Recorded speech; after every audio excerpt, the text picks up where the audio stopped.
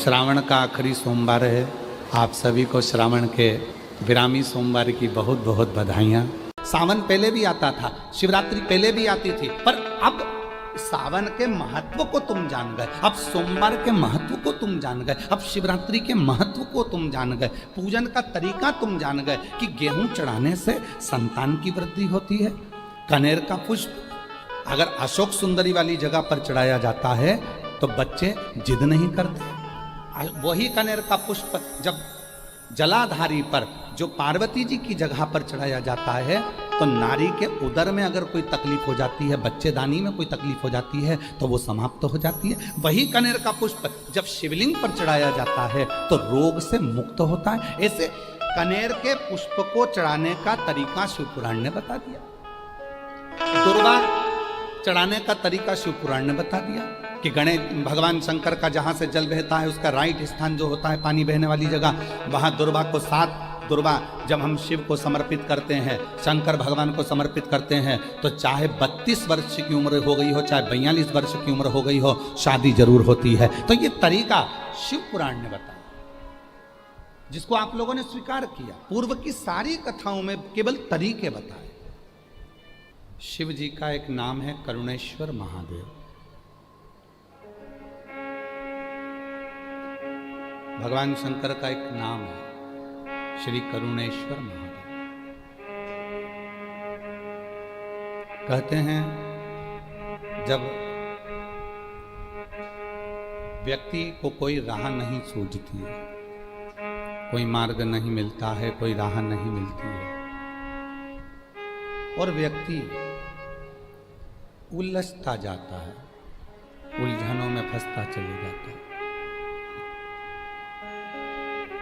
तब जल के अंदर थोड़ा सा चंदन का छींटा देकर, एक दाना चावल का शिव को समर्पित कर जो वो चंदन का जल शिव को समर्पित करता है करुणेश्वर महादेव के नाम से, कहते हैं 3 से 4 घंटे के अंदर उसको राह मिलना प्रारंभ हो जाती है, वो उलझनों से दूर होने।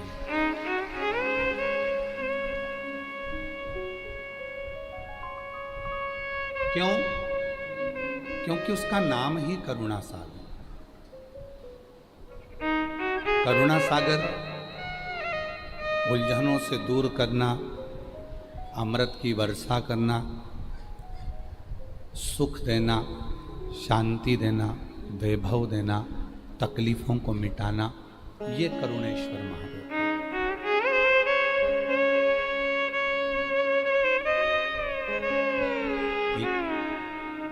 कृपा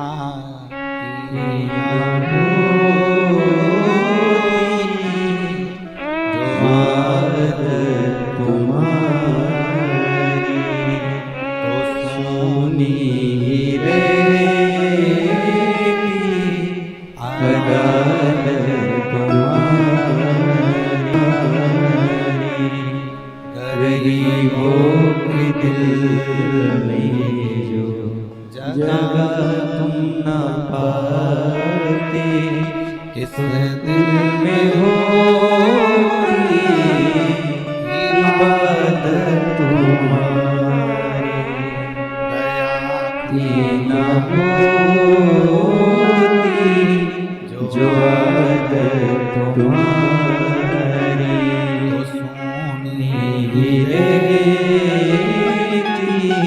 आदत तुम्हारी।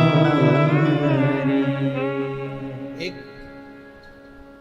करुणेश्वर महादेव का नाम लेकर मात्र चंदन का जल भी हम शिव को समर्पित करते हैं तो वो जल भी अमृत बन जाता है, हमें उलझनों से मुक्त करता है, हमें तकलीफों से मुक्त करता है, हमें कष्टों से मुक्त करता है।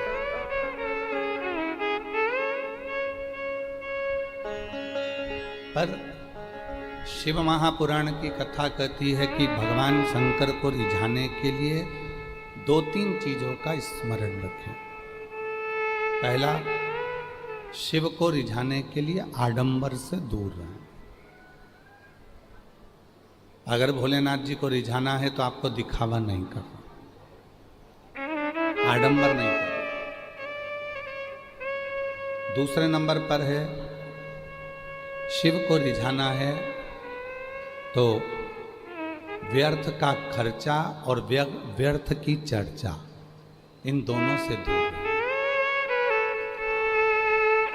शिव को रिझाने के लिए व्यर्थ के खर्चे से भी दूर रहना और व्यर्थ के चर्चे से भी।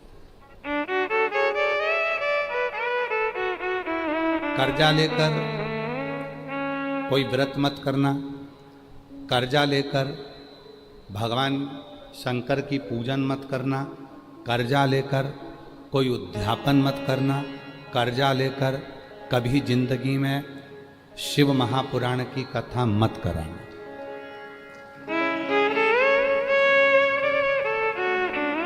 कर्जा लेकर ना तो शिव पुराण की कथा कराई है, ना शिव पूजन करी है, ना साधना। कितना सुंदर कहा है। शिव महापुराण की कथा कहती है, भगवान शंकर का चरित्र कहता है, शिव तत्व कहता है, शिव पुराण कहता है। ध्यान से सुनना। तुम्हारी पूजन की थाली लेकर तुम शिव जी के मंदिर में गए हो,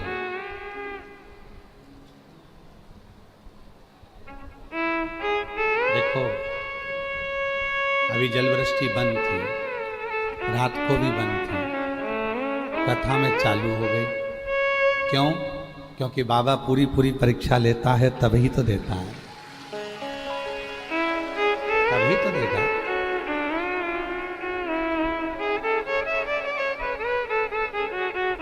जिस पानी के लिए कई प्रदेश तरस रहे हैं, मेरे भोले बाबा ने ऐसी कृपा करी है कि दिन भी ऐसा नहीं गया जिस दिन बाबा ने पानी ना बरसा।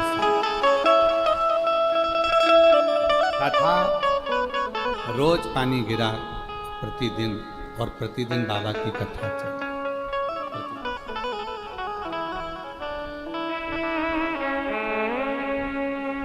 तो भगवान शंकर को रिझाने के लिए 2-3 चीजों का ध्यान रखो।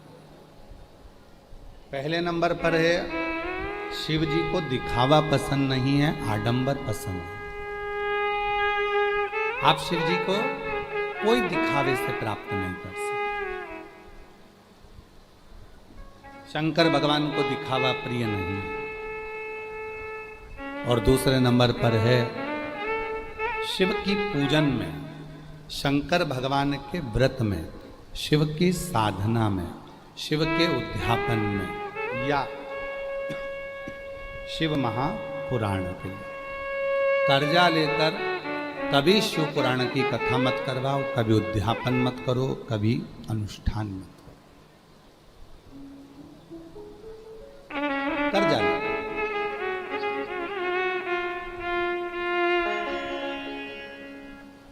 जिस दिन मेरा उघड़दानी पंडाल में बैठकर कथा सुनो, जिस दिन मेरे भोले बाबा कृपा कर दें, तुम्हारी झोली इतनी धन से भर दें, तुम्हारी इतनी संपदा दे दें, तो बस उसी दिन सोच लेना कि अब मुझे कथा कराना। कर्जा लेकर नहीं। भैया देना जरा, मेरे को कथा करा रहा हूं। किसकी कथा करा रहा हूं? सियोर वाले बाबा की कथा। हो देव जरा भाई, 25 लाख रुपए कर्जे में दे दे, मेरे को कथा कराना। कौन ने बोला कि कर्जा कर कर कथा करो? और कौन बोलता है कि कर्जा लेकर कथा करो?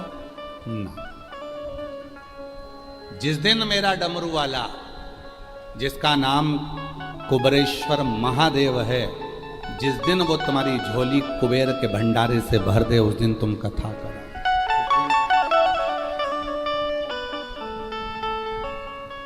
कर्जा लेकर नहीं, आडंबर कर कर नहीं। कर्जा,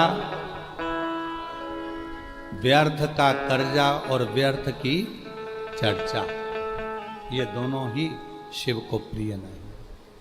व्यर्थ की चर्चा भी मत करो। ना व्यर्थ का कर्जा हो, ना व्यर्थ की चर्चा।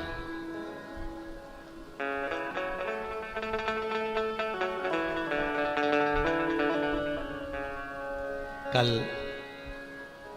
दया सिंह जी खड़े हुए थे हमारे अग्रसेन भवन में। हम जब एक व्यक्ति से बात कर रहे थे यजमान वर्ग से, तो दया सिंह जी भी खड़े हुए थे। तो दया जी, हमने उनसे, वो बोले कि हम कथा कराएं, आप सबसे मिलना।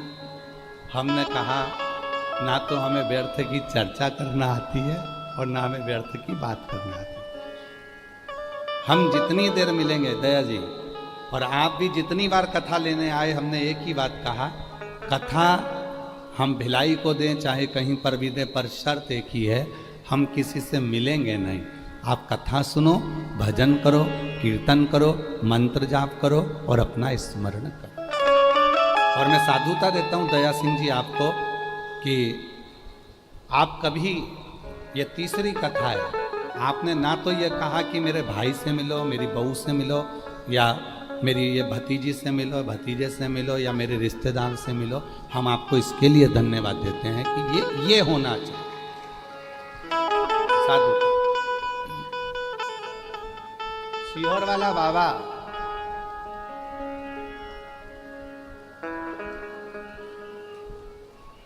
अगर किसी गरीबड़े से नहीं मिल सकता तो सेठ से क्यों मिले? क्यों मिले? मिले तो केवल मेरे ओघड़दानी से, मेरे शिव से। हाँ, हम कथा में आते हैं, उस समय पर अगर कोई मिलने के लिए खड़ा है, बैठा है, तो हम जरूर मिलते हैं। हम कथा से जाते हैं, कोई आकर बैठ गया, खड़ा हो गया, तो हम उसको जरूर हाथ जोड़कर उससे जरूर मिलते हैं। ऐसा नहीं कि हम नहीं मिलते, पर अलग अलग मिलने के लिए 2 दिन है, कथा का 5वां दिन और 6ठा दिन। शाम के समय आधा घंटा, वो भी मन हुआ तो, नहीं हुआ तो वो भी। कई लोग कहते हैं गुरुजी हमारे वो महाराज जी आते हैं, ये महाराज जी आते हैं, वो बाबा जी तो ऐसे हैं कि रात को बैठे 8 बजे से तो मिले 11, 12, 1 बजे तक, फिर सुबह से मिल लो, शाम से मिल लो। नहीं, हम आपसे कहते हैं सीहोर वाले से मिलने की ललकता मत रखना, डमरू वाले से मिलने की ललकता रखना। शिव से। सीहोर वाला बाबा तो आपके जैसा है। आप भी 1 लोटा जल चढ़ाते हो, हम भी चढ़ाते हैं, आप भी भजन करते हो, हम भी भजन करते हैं, आप भी भोजन करते हो, हम भी भोजन करते हैं। और निवेदन है, जिनको भगवान बनने का शौक हो उनको भगवान बनाओ। हमें इंसान है और हमें इंसान रहने दो। हमें इंसान है, हमें भजन करने दो, अपना स्मरण करने दो, भक्ति करो।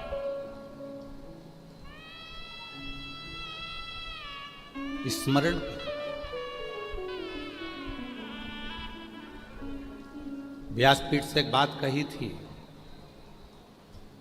शरीर में अगर रोग आ जाए, बीमारी आ जाए, तो सबसे पहले अपने नजदीक के डॉक्टर के पास जाओ। हम डॉक्टर को शिव मानते हैं, शंकर मानते हैं। वो डॉक्टर अगर आपको कह दे कि ये रोग है, ये बीमारी है, इसके लिए दवाई खाना है, आप दवाई खाना प्रारंभ करो और शिव जी को 1 लोटा जल चढ़ाना प्रारंभ करो। तो दवाया और दुआ जब दोनों साथ चलेगी तो तुम्हारा रोग जल्दी समाप्त हो जाएगा।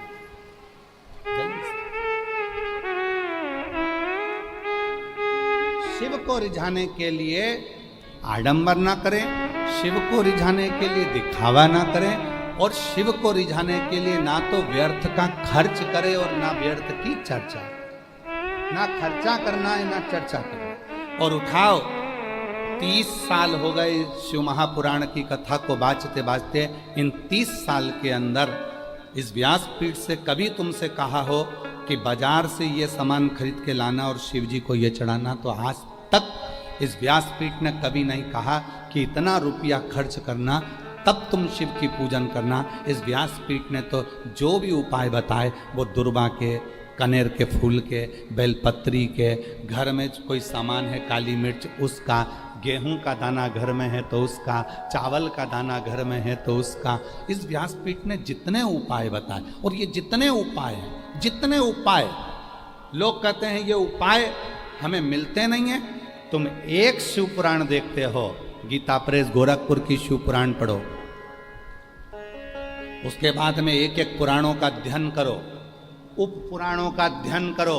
लिंग पुराण है तो लिंग पुराण भी उप पुराण का अध्ययन करो, शिव पुराण है तो शिव पुराण की उप पुराण का अध्ययन करो, श्रीमद् भागवत पुराण है तो उसकी उप पुराण का अध्ययन करो। सारी पुराणों का अध्ययन करिए, आपको सब कुछ मिलेगा जो इस व्यासपीठ से बताया जाता है। उसका एक एक शब्द आपको पूरी पुराण में मिलेगा कि कहाँ काली मिर्ची, कहाँ अरहर की दाल, कहाँ गेहूं का दाना, कहाँ अनाज, कहाँ अक्षत, कहाँ दुर्वा, कहाँ बेलपत्र, कहाँ शमी पत्र, उसका वर्णन एक एक। बस तरीका, और वो तरीका जरूर हम बताते हैं कि बेलपत्र को किस दिशा में बैठकर चलाना है, दुर्वा को कैसे चढ़ाना है, ये तरीका, और तरीका होना जरूरी है।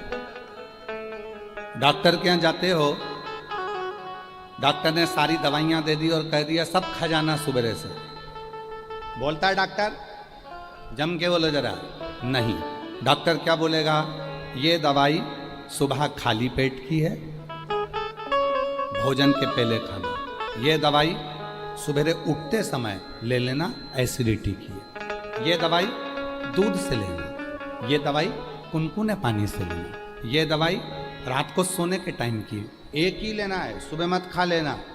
डॉक्टर ने दवाइयाँ दी, सबका तरीका बताया कि कौन सी दवाई कब और कैसे लेना है। उसी तरह शिव महापुराण भी अपना तरीका बताती है कि बेलपत्र चढ़ाते तो तुम्हारी जिंदगी निकल गई, जल चढ़ाते तो तुम्हारी जिंदगी निकल गई, पर शिव पुराण सुनने वालों ने चढ़ाने का तरीका सीख लिया, और जब चढ़ाने का तरीका सीखा तो शिव जी ने झोली भरना चालू किया। जल पहले भी चढ़ाते थे, शिव मंदिर पहले भी जाते थे, शिवरात्रि पहले भी करते थे, सावन पहले भी आता था, शिवरात्रि पहले भी आती थी, पर अब सावन के महत्व को तुम जान गए, अब सोमवार के महत्व को तुम जान गए, अब शिवरात्रि के महत्व को तुम जान गए, पूजन का तरीका तुम जान गए कि गेहूं चढ़ाने से संतान की वृद्धि होती है। कनेर का पुष्प अगर अशोक सुंदरी वाली जगह पर चढ़ाया जाता है तो बच्चे जिद नहीं करते। वही कनेर का पुष्प जब जलाधारी पर, जो पार्वती जी की जगह पर चढ़ाया जाता है, तो नारी के उदर में अगर कोई तकलीफ हो जाती है, बच्चेदानी में कोई तकलीफ हो जाती है, तो वो समाप्त हो जाती है। वही कनेर का पुष्प जब शिवलिंग पर चढ़ाया जाता है तो रोग से मुक्त होता है। ऐसे कनेर के पुष्प को चढ़ाने का तरीका शिव पुराण ने बता दिया, दुर्वा चढ़ाने का तरीका शिव पुराण ने बता दिया कि गणेश भगवान शंकर का जहाँ से जल बहता है उसका राइट स्थान जो होता है पानी बहने वाली जगह, वहाँ दुर्वा को 7 दुर्वा जब हम शिव को समर्पित करते हैं, शंकर भगवान को समर्पित करते हैं, तो चाहे 32 वर्ष की उम्र हो गई हो, चाहे 42 वर्ष की उम्र हो गई हो, शादी जरूर होती है। तो ये तरीका शिव पुराण ने बताया, जिसको आप लोगों ने स्वीकार किया। पूर्व की सारी कथाओं में केवल तरीके बताए, कैसे रीचा, कैसे।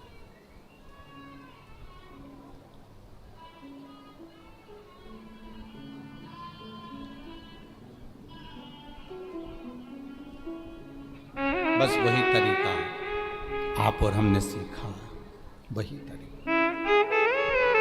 आज जो ये लाखों की भीड़ रात को 11 बजे से लेकर 10 बजे रात्रि से जो भीड़ बढ़ना प्रारंभ हुई है, तो बता रहे हैं कि पूरे रोडों पर छाता लगा लगा कर भक्त बैठे हुए,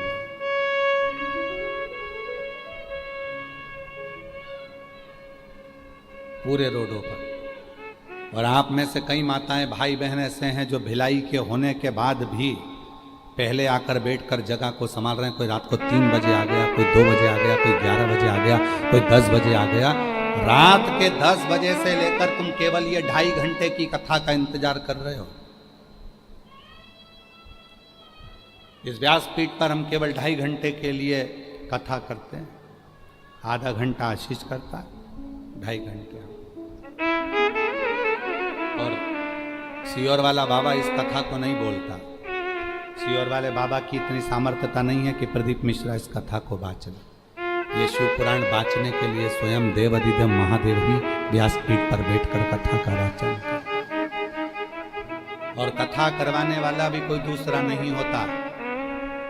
अगर बोलबम समिति को दया सिंह जी को भोलेनाथ जी ने आगे रखा है, तो बाबा ने स्वयं शिव के रूप में किसी न किसी रूप में आकर दया सिंह जी पर कृपा कर कर कि भाई ये शिव पुराण तुम्हें सावन के महीने में कराना है, बोलबम समिति को कराना। ये शिव की कृपा से शिव किसी रूप में आकर इनके ऊपर करुणा कर देते हैं और कहते हैं कि ये कथा करा। और कथा सुनने वाले आप नहीं हो। जितने शिव भक्त छाता लगाकर बैठे हैं, जितने शिव भक्त रोडों पर बैठे हैं, कीचड़ में बैठे हैं, पेड़ों पर टंगे हुए हैं, वृक्षों के ऊपर बैठे हुए हैं, कोई कहीं कहीं बैठे हुए हैं, पंडाल में बैठे हैं, चैनल के माध्यम से आस्था चैनल पर कथा सुन रहे हैं, फेसबुक यूट्यूब पर कथा सुन रहे हैं, जितने भी कथा सुन रहे हो, कथा आप नहीं सुन रहे, आपका कोई पुराना रिश्ता मेरे भोलेनाथ जी से है, जो भोले बाबा आपको बुलाकर कथा श्रवण करा रहे हैं।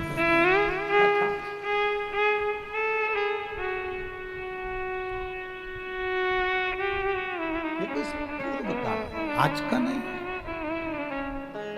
कोई पिछले जन्म के मुझे बाबा तेरा साथ मिला, कोई पिछले जन्म के अच्छे कर्म मुझे बाबा तेरा साथ मिला।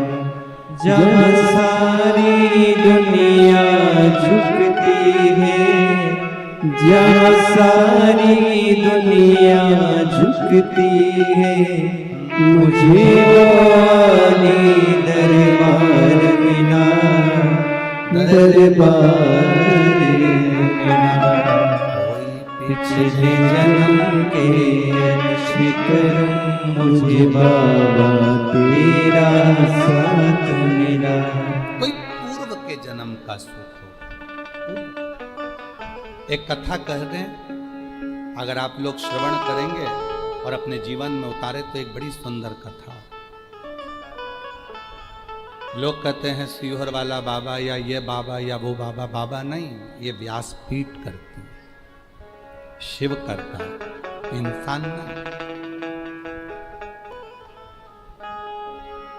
एक गांव में एक सेठ जी रहते थे, पन्नालाल सेठ। क्या नाम था? जम के बोलो। पन्नालाल सेठ। निकलते थे तो लोग उनको नमस्कार करते थे, प्रणाम करते थे। पन्नालाल सेठ जी प्रणाम, नमस्कार, नमन, नमस्ते पूछते करते। कोई सलाम करता, कोई नमन करता, कोई नमस्कार करता, कोई प्रणाम करता। पन्नालाल सेठ मुंडी हिला देते, नीचे मुख कर कर बोलते मैं बोल दूंगा। फिर कोई मिला तो पन्नालाल सेठ से कहा प्रणाम, नमस्कार, सलाम। पन्नालाल सेठ बोलते धीरे से मैं बोल दूंगा। फिर किसी ने प्रणाम करा तो उन्होंने फिर कहा मैं बोल दूंगा। फिर किसी ने प्रणाम करा तो फिर कह दिया मैं बोल दूंगा, घर जाकर मैं बोल दूंगा। मुनीम एक दिन साथ चल रहा था और मुनीम ने कहा सेठ जी एक बात समझ में नहीं आती, कोई तुमको सलाम करता है, प्रणाम करता है, नमस्कार करता है और तुम सिर झुकाकर मुस्कुराकर धीरे से बोल देते हो मैं घर जाकर बोल दूंगा। तुम घर पर किसको बोलोगे? सेठ जी ने कहा चल मैं बताता हूं मैं किसको बोलूं। सेठ जी पन्नालाल जी गए, तिजोरी खोली और लक्ष्मी जी से कहा आज मैं रास्ते में से जा रहा था तो वो सलाम कह रहा था, वो प्रणाम कह रहा था, वो नमस्कार कह रहा था। मुनीम ने पूछा तुम घर पर आकर लक्ष्मी जी से पैसे से कहते हो कि वो तुम्हें प्रणाम कर रहा था? हाँ। मुनीम ने पूछा ये क्यों? पन्नालाल सेठ कहने लगे जब मैं गरीब था, जब मेरे पास कुछ नहीं था, कोई मुझे सलाम नहीं करता था, ये सब सलाम पैसे को करा जा रहा है, ये सारा प्रणाम कुर्सी को करा जा रहा है, ये सारा प्रणाम धन को करा जा रहा है, ये सारा प्रणाम लक्ष्मी को करा जा रहा है। लक्ष्मी नहीं होगी तो कोई प्रणाम नहीं करता, कोई सलाम नहीं करता, और लक्ष्मी है तो सब प्रणाम करता।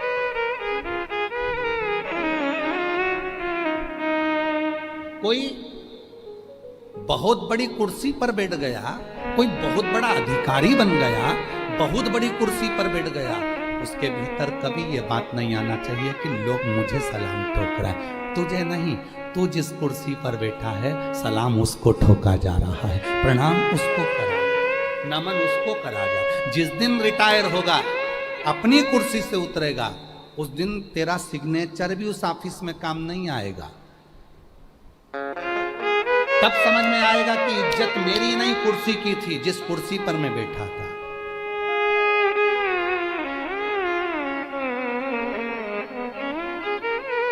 कुर्सी की इज्जत नहीं है, इज्जत तुम्हारी नहीं, इज्जत उस कुर्सी की है जिस कुर्सी पर तुम बैठे हो,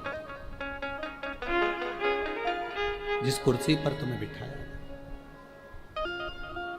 पन्नालाल सेठ कहते हैं मुनीम से, जब मेरे पास धन नहीं था तो लोग मुझे पन्नू पन्नू कहते थे। ए पन्नू इधर आ, हे पन्नू उधर आ। और जैसे ही मेरे पास धन बढ़ा तो लोग सलाम भी ठोकते हैं, प्रणाम भी करते हैं, नमस्कार भी करते हैं। ये प्रणाम इसलिए पन्नालाल सेठ कहते हैं, धीरे से सिर झुकाकर मैं घर जाके बोल दूंगा, मैं घर जाकर बोल दूंगा।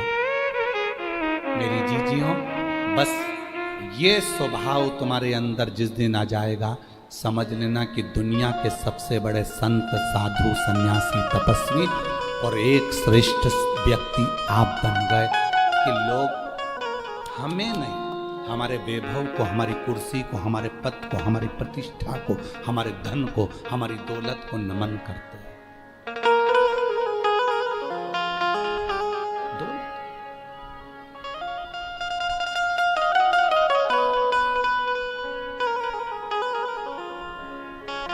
कौन नमन करता? जिस कुर्सी पर तुम बैठे हो उस कुर्सी की मर्यादा है। उस कुर्सी को लोग सलाम कर रहे हैं, तुम्हारे धन को लोग सलाम कर रहे हैं। तुम्हारे पास धन नहीं रहेगा, कोई सलाम नहीं करेगा, कोई प्रणाम नहीं करेगा, कौन याद करे? अभी पन्नालाल सेठ, पन्नालाल सेठ, पन्नालाल सेठ, और वही पन्नालाल सेठ के पास धन नहीं रहेगा तो लेंगे पन्नू इधर आ, और पन्नालाल सेठ पन्नू चल।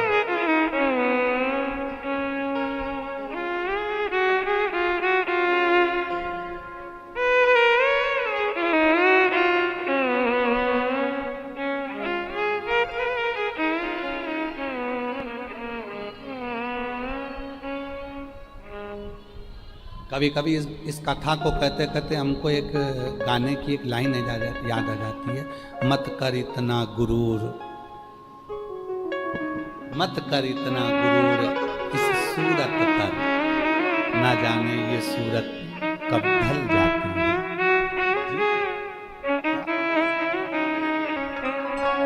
पर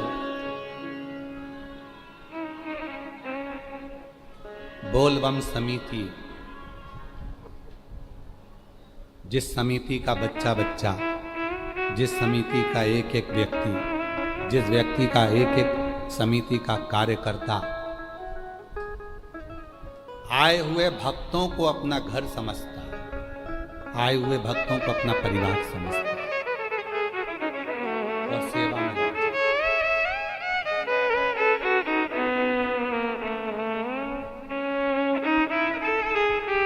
जब कोई हमसे कहता है हम ऐसी कथा कराएंगे, ऐसी कथा कराएंगे कि लोग देखते रह जाएंगे। दया सिंह जी साधु था, आपके मुख से कभी ऐसी बात नहीं निकली, कभी भी जिंदगी। ये तीसरी कथा चल रही, पर आपने कभी नहीं कहा कि हम ऐसी कथा करें, कभी नहीं कहा आपने। हम साधुता देते हैं इस चीज के लिए, और ये होना चाहिए। एक हमारे महाराष्ट्र के भगत हैं, वो एक हमारे हरियाणा वाले बिहान अपने तारा बाबा की कुटिया वाले कांडा जी, वो भी कभी नहीं बोलते। भले ढेरों की संपदा होगी, पर उनके मुख से भी हमने कभी नहीं सुना वो गोविंद गोपाल कांडा की गुरुजी हम ऐसी कथा करेंगे ना, वो एक ही बात बोलते हैं, जैसे आप बोलते हो ना गुरुजी जो महादेव चाहेगा ना सावन के महीने में वही होगा, क्योंकि महीना उनका है, कथा कराने वाले वो हैं और वही आयोजन कराएंगे, तो मैं नहीं हूं। बस उसी तरह से वो हमारे हरियाणा वाले गोविंद जी कांडा, गोपाल जी कांडा, वो भी एक ही बात बोलते हैं, गुरुजी कथा तारा बाबा कराएंगे, कथा तारकेश्वर महादेव कराएंगे, कथा तारा बाबा कराएंगे। बहुत बहुत साधु का ये अपना नहीं है, ये सब उसका। प्रभु आपकी कृपा से सब काम हो रहा है, भोले आपकी कृपा से सब काम हो रहा है, करते हो भोले बाबा मेरा नाम हो रहा है, करते हो भोले बाबा मेरा नाम हो रहा है, भोले आपकी कृपा से सब काम हो रहा है। तो पन्नालाल सेठ घर जाते समय लक्ष्मी से कहते हैं कि लोगों ने तुम्हें सलाम कहा, लोगों ने तुम्हें प्रणाम कहा, लोगों ने तुम्हें नमस्कार कहा। मुनीम कहते हैं आप पैसे को जाकर कहते, हाँ क्योंकि सम्मान इसका होगा। तो जितने भी वो चाहे राजनेता, सत्ताधारी, वैभवपति कोई भी हो, वो अपनी कुर्सी को जाकर कहो कि ये सलाम तुम्हें कहा गया है, ये प्रणाम तुम्हें करा गया है, ये नमस्कार तुम्हें करा गया है। जिस कुर्सी पर मैं बैठा हूँ, जिस पद पर मैं बैठा हूँ, ये प्रणाम उसका है। कोई दूसरा बैठेगा तो उसका प्रणाम होगा, कोई तीसरा बैठेगा उसका प्रणाम होगा, कोई चौथा बैठेगा उसका। और निवेदन है, बस यही बात हमने कथा की अपने अंदर उतार कर रखी है कि कोई हमें अगर नमस्कार भी करता, पहले तो हम उससे पाँव भी नहीं छुआते, हम हमारे, क्योंकि तुम सब मेरी बहनें हो। अब हमारी बहन होने के बाद, हमारी बहनी होने के बाद में, आप हमारी बहन होने के बाद में हमारे चरण छू अपने भाई के, ये हमें ठीक नहीं लगता। इसलिए मेरी जीजियों और पुरुष, ये जितने भी पुरुष बैठे हैं सब मेरे जीजा हैं। मेरा फर्ज बनता है कि मैं तुम्हें प्रणाम करूं, क्योंकि हमने कन्यादान करा है, तुम्हारा पांव पूजा है, तो सिर और पांव दोनों पूज सकते हैं। हम तुमको नमस्कार, मेरी बहनें मुझे चरण ना छुए, मेरे जीजा मेरे चरण ना छुए, कोई चरण ना छुए, क्योंकि तुम मेरी बेटियां, मेरी बहनें, मेरी जीजियां, मेरी माँ हो। और हम आपसे चरण छुआएंगे तो हम तो नरक में चले जाएंगे। आप अपने भाई को नरक जाता देखोगे क्या? तो आज से नियम ले लो कि सियोर वाले बाबा के कभी चरण नहीं छूएंगे। दूर से प्रणाम करो, नमस्कार करो, बहन भाई हैं, आपस में आप आए, मिले, श्री शिवाय नमस्तुभ्यम हो, हम आपके हाथ जोड़े, नमन करें, प्रणाम करें, पर चरण नहीं छूए। बहन हो आप, हम कैसे छूए? हमारे बीच में शिवरी नारायण वाले महाराज श्री पधारे हैं, एक बार जोरदार ताली बजाकर उनका साथ दिया। प्रत्येक कथा में बड़ा भाव रखते हैं और प्रत्येक कथा में आपका आगमन होता है शिव की कृपा से। बहुत बहुत साधुवाद।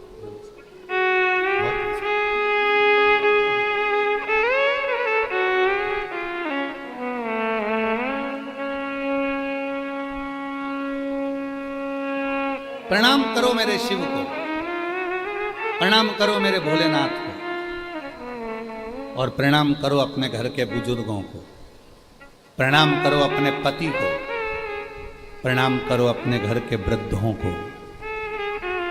उनको चरण छुओगे, अपने माँ बाप के चरण छुओगे तो सुख मिलेगा, आनंद।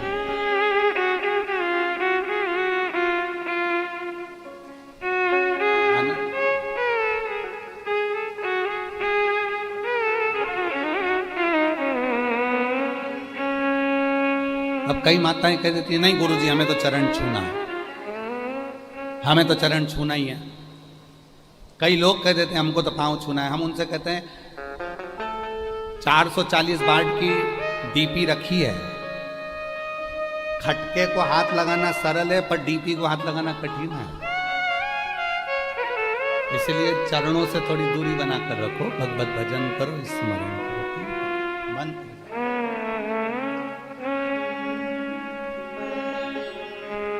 एक जरा सा चरण को हाथ लगाया था, वो अप्सरा ने, याद है कथा, यहीं भिलाई में बची थी वो कथा, स्मरण करिएगा एक बार फिर वापस उस कथा का स्मरण करिए। सुंदर अप्सरा, और वो सुंदर अप्सरा देवलोक से पृथ्वी लोक पर आई, शिव जी को देखा, इतने सुंदर महादेव, इतने सुंदर महादेव, और वो अप्सरा नृत्य करते करते शंकर जी के पास में नृत्य करती शंकर जी के पांव पर जाकर बैठ गई, शिव जी के चरण में बैठ गई, चरण में। मां जगत जननी को क्रोध आ गया, हे अप्सरा सुंदर, हे अप्सरा, मैं तुझे श्राप देती हूं, मेरे पति की जंघा पर जाकर तू बैठी है, मैं तुझे श्राप देती हूं, तो कुएं की मेंढकी बनेगी, मेंढक बनेगी तो कुएं की। अप्सरा ने हाथ जोड़ दिए, क्षमा कर। शिव जी के नेत्र खुल गए। बाबा भोलेनाथ ने कहा, पार्वती क्यों क्रोध कर रही है, ये आपकी गोदी में बैठ गई अप्सरा।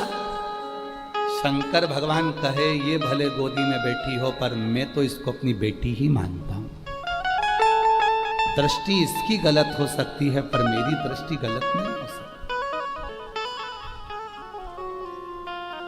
तुमने श्राप दिया कि ये मेंढक बनेगी, बन जाएगी, पर मेरी पुत्री मानकर इसको वर भी दे दो, वर देती हूं। सुनो, एक दिन ऐसा आएगा, कोई कावड़ का जल भरकर जा रहा होगा, जल भरने के लिए, कावड़ का जल भरने के लिए कुएं में आएगा, कुएं का पानी निकाल रहा होगा, कावड़ भरने वाले के मस्तक का पसीना या पानी की बूंद तेरे से छुएगी, तू कन्या का रूप रख लेगी, और जिसके जल से तू प्रकट होगी वही तुझे अपनी बेटी के रूप में पाल पोस कर बड़ा करेगा। वर हुआ क्या, वही मेंढकी कुएं के अंदर रहने लगी, मेंढकी कुएं के अंदर रहने लगी। श्रावण महीने की प्रदोष का दिन था, जिस प्रदोष की कावड़ पूरा सीहोर, मध्य प्रदेश सीहोर में लोग जिस कावड़ का दर्शन करने के लिए आते, मात्र कावड़ के वो 2 लोटों का दर्शन करने के लिए, उस छड़ी का दर्शन करने के लिए लोग कावड़ भरने के लिए कुबेरेश्वर धाम पहुंचते हैं। अभी 25, आज 23 है, कल का दिन बीच में, परसों लोग कावड़ भरने सुबह 9 बजे मां सीवन के तट से कुबेरेश्वर धाम तक आएंगे, केवल उस कलश का दर्शन करने के लिए और जल भरने के लिए, क्योंकि प्रदोष की कावड़ सीहोर की जो भराती है उसको कामना कावड़ कहा जाता है, भगवान उसकी कामना को पूर्ण करते हैं। इसलिए प्रदोष का दिन था, कावड़ का जल भरने के लिए मैं दानव आ गया, और मैं दानव ने जैसे ही कुएं के अंदर से जल निकाल रहा था, मैं दानव के मस्तक का पसीना उस मेंढक पर पड़ गया। मेंढक पर पड़ते से ही उस कन्या ने अवतार ले लिया, कन्या ने अवतार लिया, वो रोने लगी, तो मैं दानव के कोई बच्चे नहीं थे, उसने उस कन्या को निकाल लिया, अपनी बेटी के रूप में रखा, और उसका नाम मंदोदरी हो गया, जिसका विवाह लंकापति रावण से हुआ। उसका नाम मंदोदरी हो गया। वो मंदोदरी, मैं दानव की पुत्री उस मंदोदरी, आप देखो पूरे चरित्र को उठाकर देखिएगा, पूरी रामचरितमानस को उठाकर देखिएगा, पूरी रामचरितमानस को उठाकर देखिए, मंदोदरी हमेशा अपने पति को समझाती रही, हमेशा हमेशा अपने पति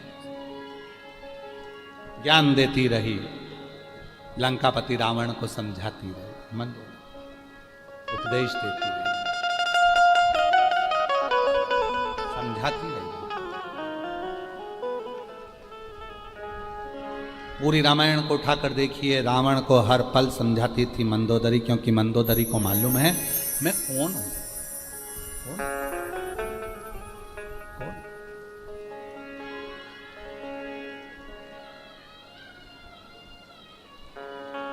मैं दानव ने मंदोदरी से विवाह कर लिया। मैं दानव ने मंदोदरी का विवाह लंकापति रावण से कर दिया। रावण से कहते हैं जितना रावण शिव की साधना करता था, जितना रावण शंकर की आराधना करता था, जितना रावण शिव की साधना में डूबा रहता था, उससे 4 गुना ज्यादा शिव की साधना में मंदोदरी डूबी रहती थी। क्यों? आप सबको मालूम होगा, स्मरण में होना चाहिए आपके। पूरी लंका तहस नहस हो गई थी, केवल एक मंदोदरी ऐसी थी जिसके शिव भक्ति के कारण वो पूरी की पूरी लंका वापिस वैसी की वैसी हो गई थी। और वो चरित्र आज तक चलता है। जितनी मेरी जीजियां बैठी हैं, जितनी मेरी बेटियां बैठी हैं, जितनी मेरी मुजुर्ग माएं बैठी हैं, कई लोग कहते हैं सियोर वाले बाबा की कथा में माताएं ज्यादा जाती हैं, महिलाएं ज्यादा जाती हैं, पुरुष जाते हैं, ये जाते हैं। हमारा निवेदन है, शिव महापुराण की कथा में लिखा है पूरी लंका समाप्त हो चुकी थी, जलकर राख हो चुकी थी, सब कुछ समाप्त हो गया था। केवल एक मंदोदरी की शिव भक्ति ऐसी थी जिस मंदोदरी की शिव भक्ति के कारण लंका वापिस वैसी की वैसी हो गई थी, उतनी वैभव से परिपूर्ण। क्या होता है, कर्जा करा पति ने, कहीं शेयर मार्केट में पैसा लगा दिया पति ने, कहीं गलत जगह पैसा चले गया पति का, कोई पैसा खाकर दे दो, वो धन चले गए, वो पैसा चले गए, वो वैभव चला, कौन लेकर वापस आएगा? पति कहता है मैं मेहनत कर रहा हूं, बच्चे कह रहे हैं मैं मेहनत कर रहा हूं। नहीं, जिस घर की स्त्री शंकर भगवान का कोई व्रत करती है, सोमवार का व्रत करती हो या प्रदोष का व्रत करती हो, सोमवार की अष्टमी का व्रत करती हो या पशुपति व्रत करती हो या 16 सोमवार करती हो या किसी भी रूप में शंकर भगवान को 1 लोटा जल चढ़ाती हो या शंकर जी की पूजन करती हो या श्री शिवाय नमस्तुभ्यम बोलती हो या नमः शिवाय बोलती हो या शंकर जी की साधना में, घर की स्त्री जो शिव की साधना में डूबी रहती है, अगर घर में कोई घाटा भी लग गया चिंता मत करना, जैसे मंदोदरी अपनी लंका को वापस जमा लेती है, उसी तरह घर की स्त्री में पूजन का वो बल होता है, शिव की साधना का वो बल होता है कि वो वापिस अपने घर को धन और वैभव से परिपूर्ण कर लेती है। धन और वैभव।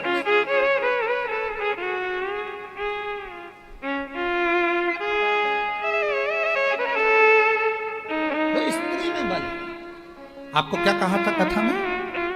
पुरुष 1 लोटा जल चढ़ाता है, वो अपनी 71 पीढ़ी को पार लगाता है, पर महिला, बेटी, स्त्री, नारी, मेरी माँ, मेरी बहनें जब शिव को जल चढ़ाती है तो केवल अपने ससुराल की नहीं, अपने मायके की भी 71 पीढ़ी को पार लगा देती है, दोनों। और ये सियोर वाला बाबा नहीं कह रहा है, अवंतिकापुरी उज्जैन में कभी दर्शन करने जाना, अवंतिकापुरी उज्जैन जाना, अवंतिकापुरी उज्जैन में जाना तो ऋण मुक्तेश्वर महादेव का दर्शन करने जाना, और ऋण मुक्तेश्वर महादेव की दीवार पर पत्थरों से अंकित लिखा है, शिव महापुराण का लेख, अवंतिकापुरी उज्जैन में ऋण मुक्तेश्वर महादेव की दीवार पर पत्थरों से अंकित होकर लिखा है कि कोई स्त्री जब शिव को जल चढ़ाती है और कोई पुरुष जब शिव को जल चढ़ाता है, तो पुरुष जल चढ़ाता है, शंकर की साधना व्रत उपास करता है तो अपने 71 पीढ़ी को तारता है, पर कोई स्त्री जब शिव को जल चढ़ाती है और साधना आराधना करती है तो वह अपने मायके और ससुराल दोनों की 71 पीढ़ी को पार लगा देती है। ये ऋण मुक्तेश्वर महादेव अवंतिकापुरी उज्जैन में दीवार पर अंकित लिखा है, पत्थर पर।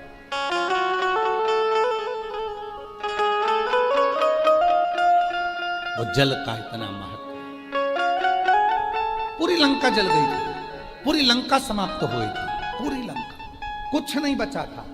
पर मंदोदरी की शिव भक्ति थी, शंकर की शिव।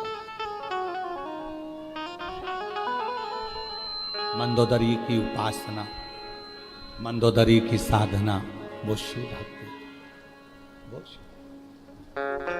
कहाँ से लाऊं गंगा, कहाँ से लाऊं यमुना, कहाँ से लाऊं गंगा, कहाँ से लाऊं यमुना, कहाँ से लाऊं सरयू अपार पड़ी रे, कहाँ से लाऊं सरयू अपार पड़ी रे, बोले तेरी सेवा हमसे न बनी रे, बोले तेरी सेवा हमसे न बनी रे। कहाँ से लाऊं लड्डू, कहाँ से लाऊं पेड़ा, कहाँ से लाऊं लड्डू, कहाँ से लाऊं पेड़ा, कहाँ से लाऊं बर्फी, वो शक्कर जड़ी रे, कहाँ से लाऊं बर्फी, वो शक्कर जड़ी रे, बोले तेरी सेवा हमसे न बनी रे, बोले तेरी सेवा हमसे न बनी रे। कहाँ दे हम शिव। इसीलिए शिव महापुराण की कथा कहती है आशीर्वाद दो तरह का होता है। बोलो कितनी तरह का? जम के बोलो जरा। दो तरह। आप लोगों ने आशीर्वाद लिया किसी का? अरे बोलो तो जम के। आशीर्वाद दो तरह का होता है। कौन कौन सा होता है? अब लोग कहेंगे गुरुजी आशीर्वाद भी तो होता है। बिल्कुल होता है। जितने आस्था चैनल पर सुन रहे हो, जितने फेसबुक यूट्यूब पर सुन रहे हो, जितने सोशल मीडिया पर सुन रहे हो, जितने ये पवित्र शिव महापुराण के प्रांगण में जयंती स्टेडियम भिलाई में बैठकर कथा सुन रहे हो, जानते हो आशीर्वाद दो तरह का होता है। एक आशीर्वाद चरण छूकर लिया जाता है। क्या छूकर लिया जाता है? चरण छू। एक आशीर्वाद चरण छूकर लिया जाता है और दूसरा आशीर्वाद दिल छूकर लिया जाता है, किसी के मन को छूकर। मन कब छुएगा? चरण छूना सरल है और चरण छूकर आशीर्वाद लेना सरल है, पर दिल छूकर कोई की तुमने हेल्प कर दी, किसी को कोई सहयोग कर दिया, किसी का कोई कष्ट मिटा दिया, किसी को कोई तकलीफ थी, तुमने उसका साथ दे दिया। जो आशीर्वाद मन से मिलेगा वो तुम्हारी पूरी जिंदगी को तार दे, पूरे जीवन को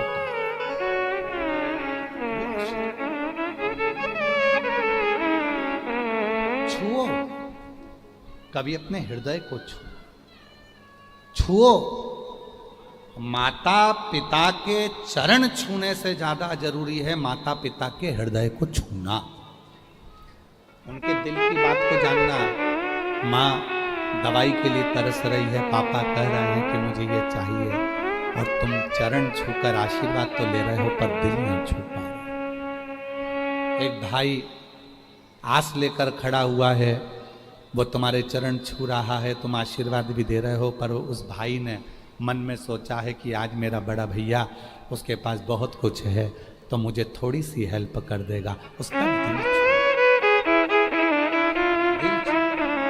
हमने परसों की कथा में कहा था, अगर घर में बेटी नहीं है और कन्यादान करना चाहते हो तो अपने आसपास में कोई बेटी हो तो उसको शिक्षा अध्ययन कराओ, उसको पढ़ाओ, कन्यादान का फल मिले।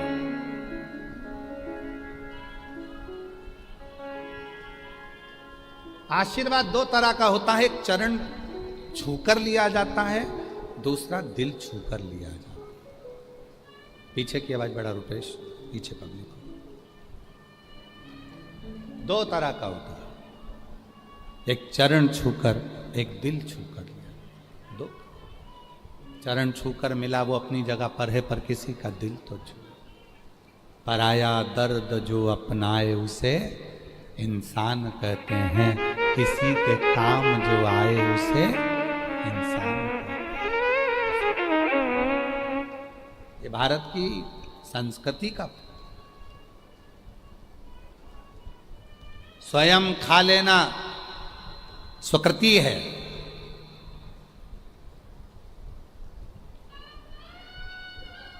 छुड़ाकर खा लेना ये विकृति है। पीछे की एलईडी चालू करिए भाई, पीछे की एलईडी चालू करिए।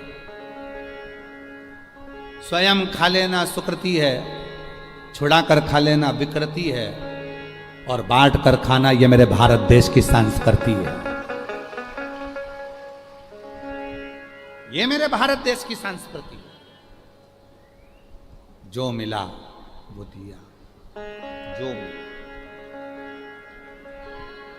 आप सब कौशल प्रदेश के हो, मां कौशल्या जी की भूमि से हो, मां कौशल्या जी के जन्मस्थली से हो।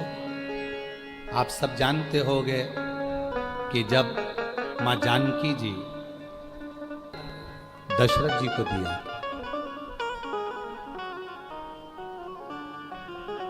दशरथ जी ने वो फल सीता जी को दिया था। अब तुम्हारी गोद में अगर कोई फल दे देना तो तुम ये सोचो ये तो मेरे लिए दिया, मैं ही पूरा खाऊंगी, पूरा मेरा, ये सब मेरा। कौशल नरेश की पवित्र कौशलपुर, कौशल्या जी के गांव से, नगर से आप लोग, कौशल प्रदेश से आप। कौशल्या जी ने एक फल दिया दशरथ जी को, दशरथ जी ने वो फल सीता जी की गोद में डाल दिया, और दशरथ जी ने कहा, सीता, जानकी, हमारे घर की मर्यादाओं को दर्शाना। बहू के श्रेष्ठ कर्म को दर्शाना। फल लिया मां जानकी जी ने, गई। घर में जितने सदस्य थे उतने उस फल के टुकड़े करे दशरथ जी के हाथ में लाकर दे दिए। दशरथ जी ने पूछा, क्या है ये फल जो आपने दिया था? फल? दशरथ जी ने आशीर्वाद दिया, बहू आज मुझे अच्छा लगा। इसी को भारत देश की संस्कृति कहते हैं, जो बांट कर खाओ। जो फल तुमको दिया था वो फल तुमने बांट कर सबको देने का प्रयास करा, ये श्रेष्ठ है।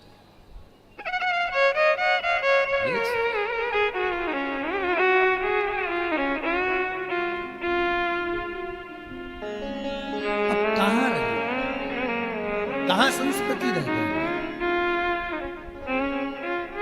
नींद का भी अपना एक दौर है, नींद का अपना एक दौर है। नींद को समझने वाले समझ सकते हैं कि माता पिता जागें उससे पहले बेटों को जागना चाहिए।